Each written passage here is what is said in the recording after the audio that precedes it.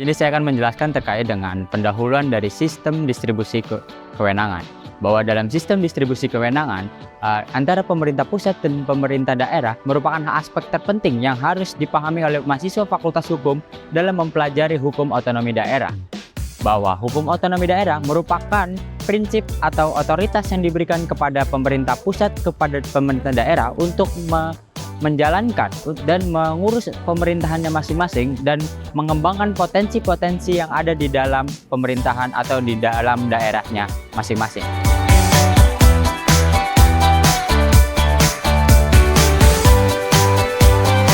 Tujuan utama dari otonomi daerah adalah untuk meningkatkan pelayanan publik dan mempercepat pembangunan yang ada di daerah dan memberikan ruang gerak secara lebih luas kepada pemerintah daerah untuk mengambil keputusan sesuai dengan kondisi yang ada di daerahnya masing-masing.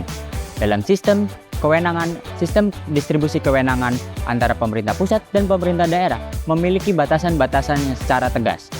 Pemerintah pusat mengurusi dan memiliki kewenangan dalam kebijakan-kebijakan nasional seperti kebijakan hubungan luar negeri, pertahanan dan keamanan, ekonomi makro, dan sistem legislasi yang untuk mencakup nasional.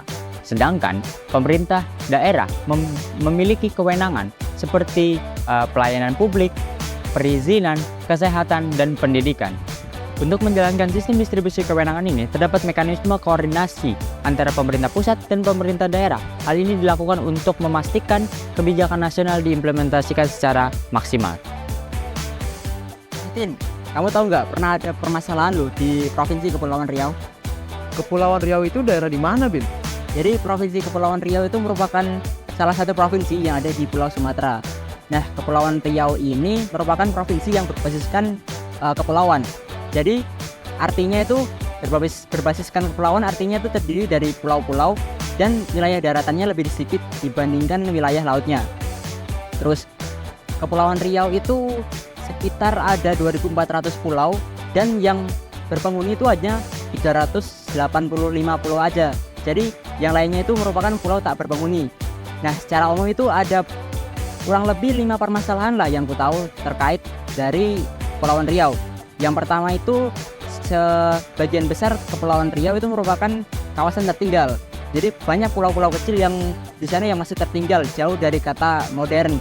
Yang kedua itu keterbatasan pemerintahan di sana karena kan bentuknya pulau-pulau kan. Terus pemberdayaan ekonomi, sosial budaya, sarana prasarana, komunikasi maupun transportasi yang kita tahu, termasuk juga transportasi laut yang kita tahu merupakan penghubung antara pulau satu dengan pulau yang lainnya. Terus yang ketiga itu terbatasnya tenaga ataupun peralatan untuk keamanan laut di sana. Yang keempat, di sana itu masih banyak kegiatan ilegal seperti penyeludupan barang maupun kegiatan perikanan yang merugikan lingkungan lah, rusak lingkungan. Terus yang kelima, karena di sana sumber daya alamnya itu banyak, jadi terutama di laut, jadi di sana itu terjadi isu kewenangan dalam pengelolaan laut yang menjadi pusat perhatian bagi berbagai stakeholder.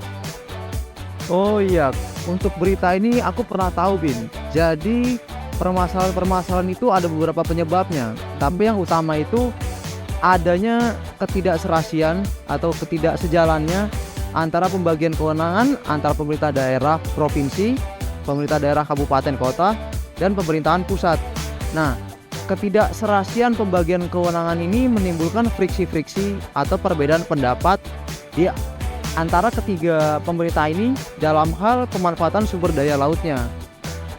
Lalu yang berikutnya itu permasalahan-permasalahan yang kamu sebutkan tadi menimbulkan bahwa di Kepulauan Riau sana itu ada pengkaflingan dalam pemanfaatan sumber daya laut, terutama itu sumber daya laut yang bersifat strategis. Seperti contohnya itu pelabuhan. Kan seperti yang kita tahu bahwa pelabuhan itu ada di daerah-daerah kan. Jadi pemerintah daerah di sana itu beranggapan bahwa pelabuhan itu harus dikelola oleh pemerintah daerah, bukan dikelola oleh pemerintah daerah provinsi maupun pemerintahan pusat. Gitu.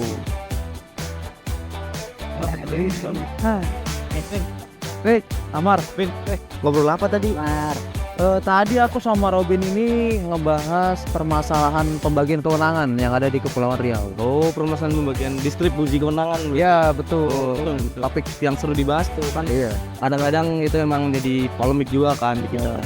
Ya, tapi aku nggak bisa lama-lama, aku harus cabut dulu, ada call lain. Oke deh. Pamit ya. Ya. Duluan ya. Hati ya. Yes.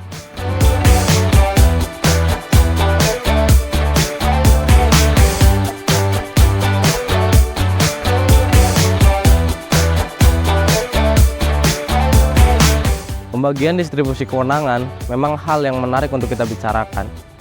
Seringkali terjadi sebuah perdebatan dan pro kontra terhadap hal-hal yang sudah diambil keputusannya oleh pemerintah dalam negara ini, yaitu pemerintah pusat maupun pemerintah daerah.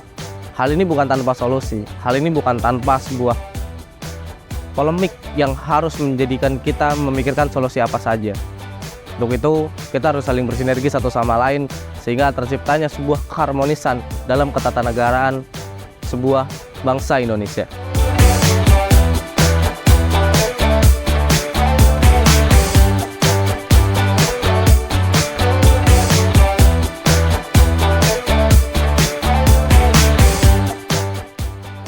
Sebuah hukum, peraturan, perundang-undangan guna mengklarifikasi dan memantapkan sebuah kewenangan yang akan diambil oleh pemerintah daerah maupun pemerintah pusat adalah sebuah hal yang harus dilakukan oleh setiap pemerintah agar ketatanegaraan ini atau distribusi kewenangan ini berjalan dengan baik. Oleh karenanya, reformasi hukum, pembaruan hukum sangat diperbarukan. Terlepas daripada itu, koordinasi, kerjasama, dan berbagai hal yang bersangkutan antara pemerintah daerah dan pemerintah pusat harus dibicarakan secara matang, harus dibicarakan secara baik, dan harus dibicarakan secara kontekstual yang akan diambil keputusan oleh pemerintah daerah maupun pemerintah pusat.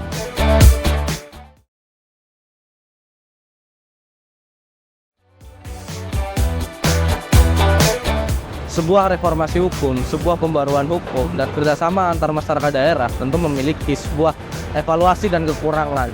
Untuk itu, pemantauan-pemantauan yang harus dilakukan oleh masyarakat, oleh stakeholder, audit independen, dan pelaporan yang jelas memerlukan sebuah sinergi antara berbagai stakeholder dan kelembagaan-kelembagaan yang ada dalam sebuah ketatanegaraan yang sudah diatur oleh pemerintah Indonesia.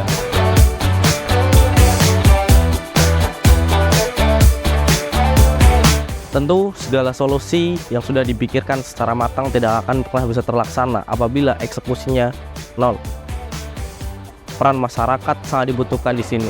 Masyarakat harus terus membantu pemerintahan untuk mengungkap, untuk membantu sebuah penyelewengan distribusi kewenangan yang memang menjadikan sebuah pemerintahan tersebut malah tidak bisa berjalan dengan baik, tidak bisa berjalan dengan lancar, dan malah menyelewengkan segala kekuasaan-kekuasaan yang ada hingga menyebabkan sebuah tindak pidana yang antara lain merupakan sebuah tindak pidana yang sangat tercela.